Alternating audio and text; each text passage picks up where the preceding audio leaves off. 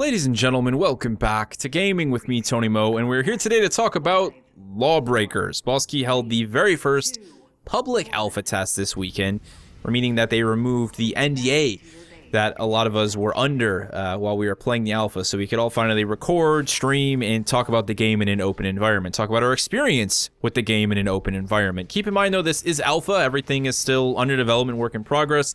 That being said, I think the core of what makes Lawbreakers Lawbreakers is already intact at this point. This is one of the best alphas I've ever participated in.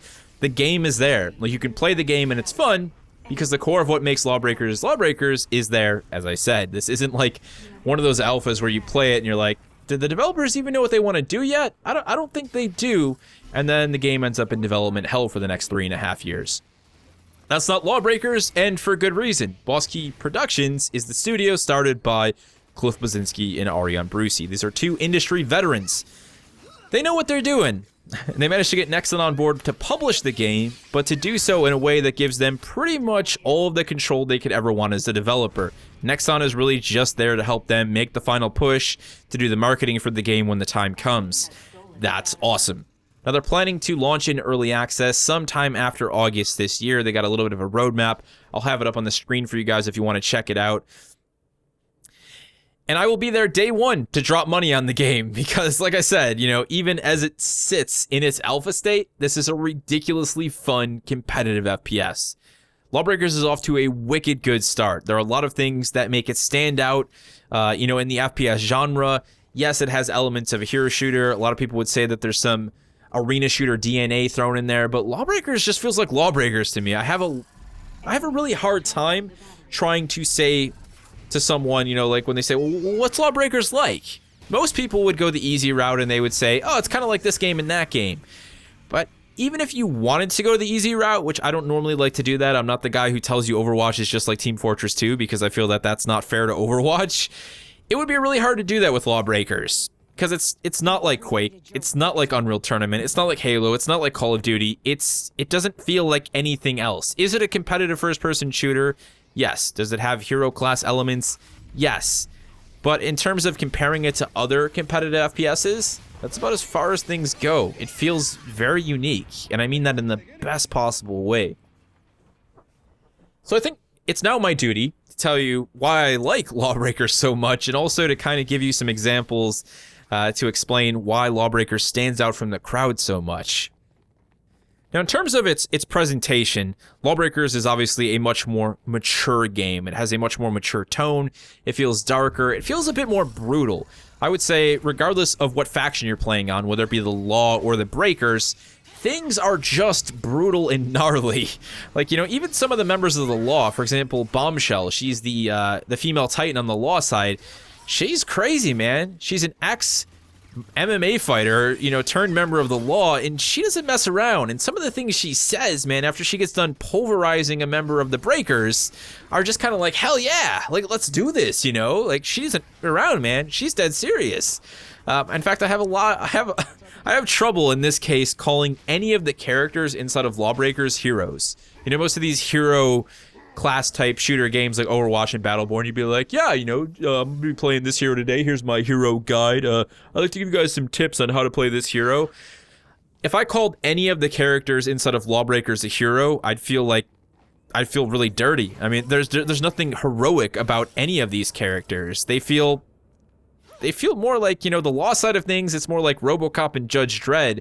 And the Breakers, I don't know, man. I have a hard time even describing them. It's sort of like every bad guy in Escape from LA ever. You know, like they're just gnarly people. One side is just trying to uphold the law, and the other side's just constantly trying to break it. It doesn't get any more complex than that. Like, no heroes here. That's the biggest thing I have to say about Lawbreakers.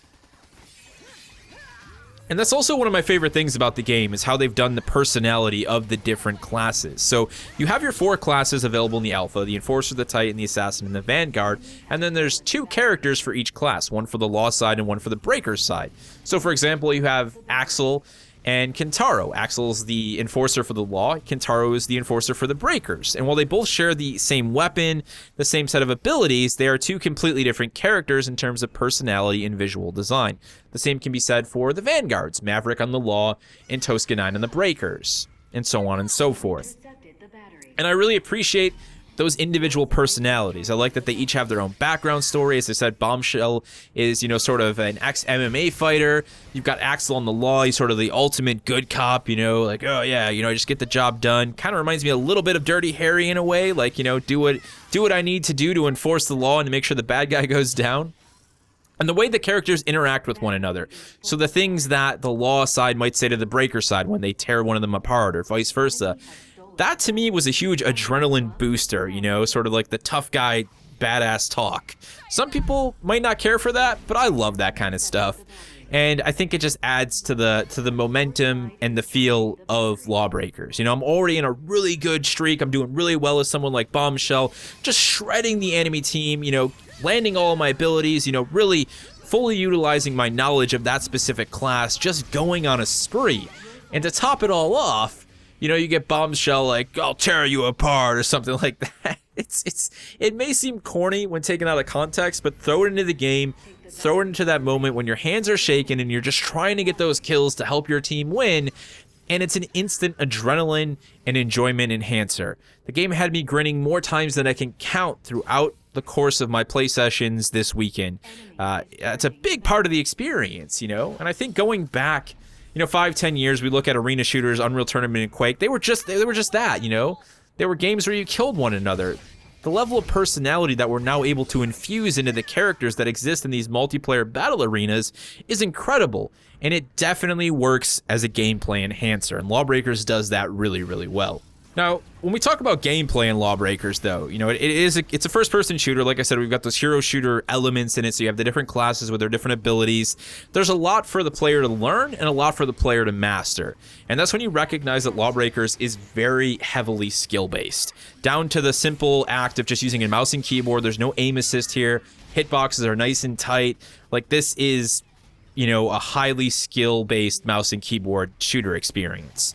But then you have those additional layers, so understanding the abilities of the different classes and how to combat the different classes. This isn't like Overwatch where certain heroes will almost always trump another hero in a 1v1 situation. Just because the Titan class has 500 HP and the Assassin class has 250 HP does not mean that they can't engage in a 1v1 and that it isn't a fair fight. In fact, it is a fair fight.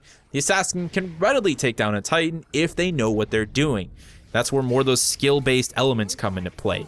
And I think that's a huge part of what makes Lawbreakers really satisfying. As much as I like the more team-based oriented gameplay that Overwatch offers, it's nice to know that so much of my team's progress, my team, their ability to win relies on my individual skills as a player. I think it's going to make playing Lawbreakers alone a lot more enjoyable than most games. That being said, I also know it's going to mean that playing the game together with a group of players who really knows what they're doing is going to be extra enjoyable. But I like being put to the test as an individual. And I've talked so many times about this in the past, how a really solid competitive FPS will constantly test the player's skill. And that's a big part of where the satisfaction comes from playing a game like this. It's not about, a ridiculous unlock or progression system and constantly throwing new weapons and guns at me. It's about rewarding me for simply playing the game, for testing my skills and for bettering my skills as an individual. That's something that Lawbreakers is clearly aiming to do, and I think they've already succeeded in a lot of ways. It's why I was so addicted to the game and why just one more match. And even when we were losing, I still, was getting that satisfaction as an individual player, adapting my skills and bettering myself with the different classes. And there's a lot to learn. For example, the Vanguard, which is the sort of crazy minigun / Iron Man meshed character class that we have inside of Lawbreakers, has a secondary ability, her right mouse click, which allows her to fire some of her energy that she would use for her thruster pack as a bolt of energy at somebody. It does an insane amount of damage in close quarters, and it can also knock back enemies. I went whole matches without using it because I simply hadn't wrapped my head around the muscle memory of when to deploy it, where to deploy it, and how effective it could be at countering, characters like the Assassin or the Enforcer. So even in the, like, 6 to 8 hours that I played the alpha this weekend, there was still so much for me to learn for each of the classes. And I think that bodes well for the fact that we have 4 classes right now. I think they said they're going to be 5, very soon, and then who knows how many classes they're going to do beyond. But it takes a decent chunk of time to really understand each class, and I would say that it takes an even larger chunk of time, potentially multiple hours, to really master a class and to build that muscle memory to be able to use all of the abilities and all of the skills of that class in the situations, to the best of your personal ability. That's a big part of Lawbreakers, and I think about what makes it so satisfying. So let's talk about some of the elements outside of the direct gameplay. I've kind of set the precedent here. Lawbreakers is very skill-based. Skill is everything. Individual player skill means a lot. Yes, it's a team-based game, and you're going to have to assist your team in completing objectives, but individual skill genuinely matters. It's a big part of Lawbreakers. So let's talk about the map in the game mode that is available in Alpha. We have one game mode and one map, a map called Grand View, which is a reimagining of the Grand Canyon after the Shattering, which is the sort of crazy, literally earth-shattering event that takes place in the universe of Lawbreakers. The Earth has kind of been cracked open, gravity has been modified, there are areas of the world that have low gravity or no gravity, there's 0G, and they've used that inside of the gameplay design, the mechanics of Lawbreakers. So, for example, this map Grand View, the center of the map is a 0G, a low G environment, meaning that once you get to it, you start floating in the air. Your jump is exaggerated, you're going to float a little bit farther, you're going to move slower. But they've also added a mechanic called blind firing. Blind firing allows you to fire your weapon behind you, using it to propel yourself through these low G environments. You can also, of course, potentially land a kill while blind firing, which I haven't done yet, but I imagine will be immensely satisfying when it does go down, especially if you're being chased through a low G environment when it happens. But these low G environments, these gravity-defying areas of the map, they're not just novelty. They're a big part of what makes Lawbreakers Lawbreakers. Like, when you step into an environment like that, specifically in Grand View, the battery, which is the sort of, flag in this weird hot potato one flag CTF mode that is battery, is in the center of the map. So it's not like you just kind of grapple your way up there or jump your way up there and grab this battery. You're in a low G environment. Projectiles, explosions from the enemy can propel you in different areas. You're firing your weapon, it's pushing you away from the objective. These are all things you have to consider. That equal and everything has an equal and opposite reaction. So when you're in those 0G environments, you have to take that into consideration. You have to consider that when you fire your weapon.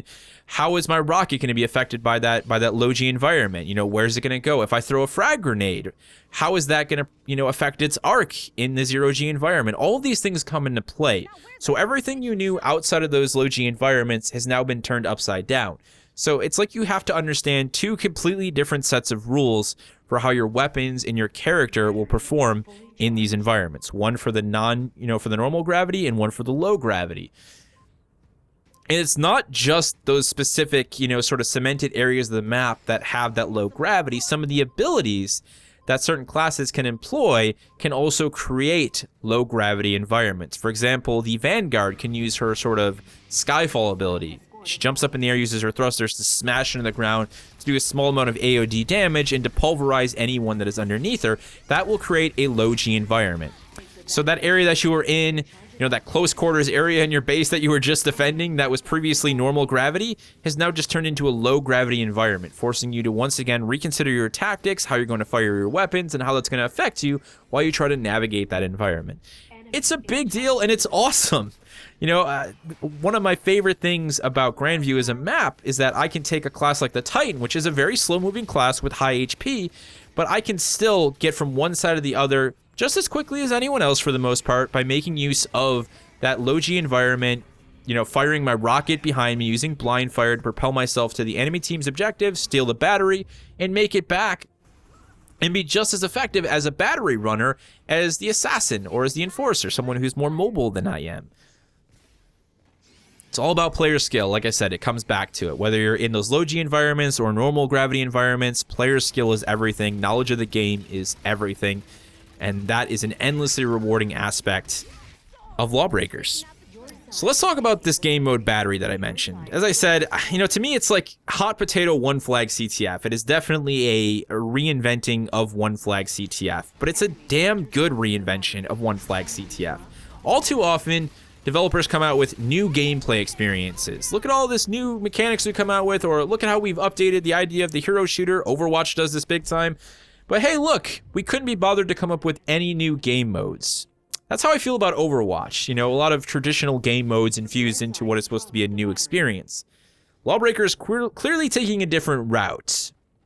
Because battery, and everything about battery, the small twist that we have on one CTF with the charging of the battery and the discharging of the battery to score your point, it fuels, I think, what has made my time with Lawbreakers so enjoyable.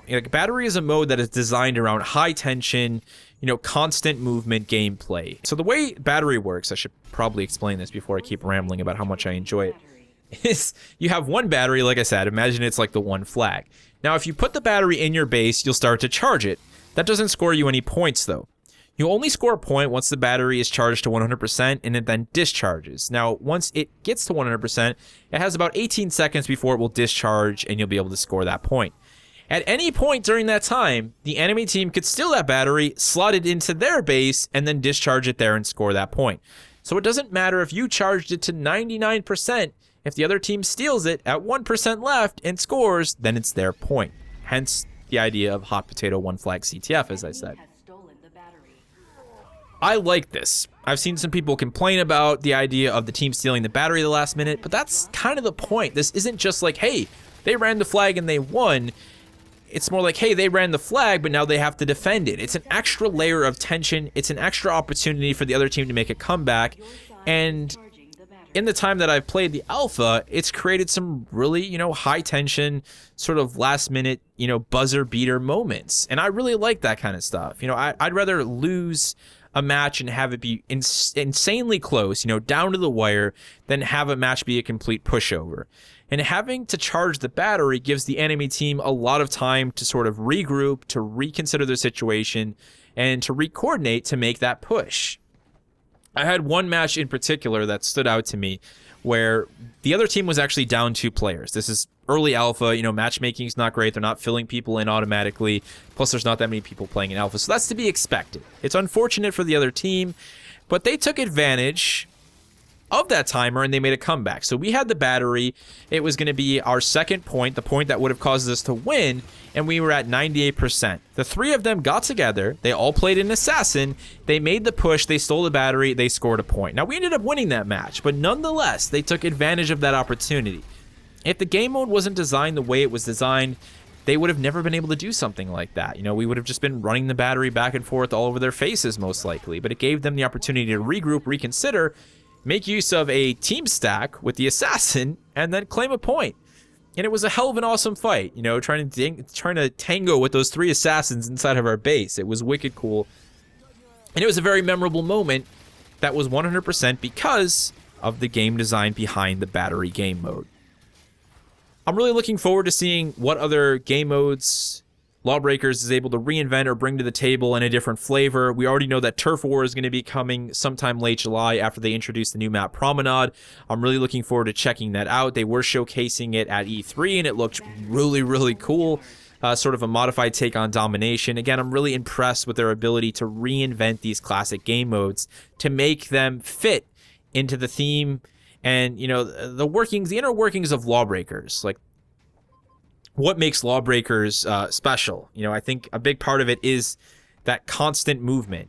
And Cliff Bleszinski talks a lot about making a game that is enjoyable to watch. And that was actually one of the questions on the survey that I had this past weekend was, is this a game that you think would be enjoyable to watch, as a streamer or as a YouTuber or whatever?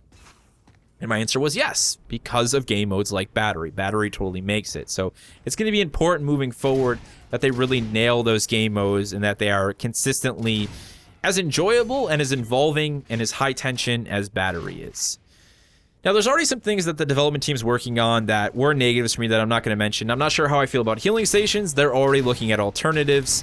I'm actually pretty happy with the overall movement speed. The one thing I would like to see potentially be done is I don't mind that the characters under a specific class all share the same weapon. Like, I'm okay with the Enforcer, you know, all having the same weapon, or the Vanguard all having the same weapon, but I wish that they had unique variants of those weapons. You know, weapons that made the Breakers weapons stand apart from the Law weapons. To me, it would make sense that the Law would have, you know, a certain type of weapon, while the Breakers would have maybe, you know, more like, you know, it's like comparing the M4 to the AK.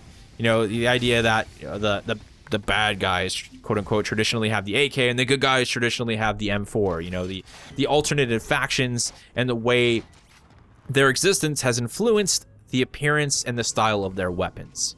Who knows, though? It'll be interesting to see how that goes moving forward. We obviously still have a lot of time left in the development for Lawbreakers. If you guys are interested in getting into the alpha, make sure you sign up at lawbreakers.com. They're going to be inviting people in waves as we move throughout summer and push their way towards early access. If you have any more questions about Lawbreakers, anything I didn't talk about in this video that you'd like to know, feel free to throw it down in the comments section below. I'll do my best to answer it. Thank you so much for watching, and I will see you in the next one. You should have tapped out, bitch!